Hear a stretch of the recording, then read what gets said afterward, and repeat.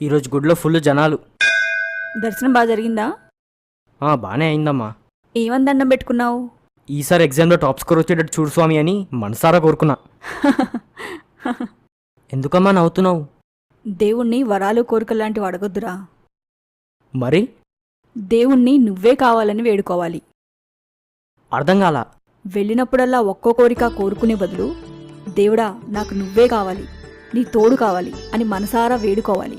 ఇంకప్పుడు చూడు, ఆ దేవుడే నీ తోడున్నాడనుకో, నువ్వు చేసే ప్రతి ప్రయత్నానికి ధైర్యం వస్తుంది, నువ్వేసే ప్రతి అడుక్కి గమ్యం దొరుకుతుంది. సరే అమ్మా. ప్రథం ఒక్కసారి ఆలోచించు. ఆ బ్యాంకే మన దగ్గర ఉందనుకో, ఏటీఎంతో పనేంట్రా?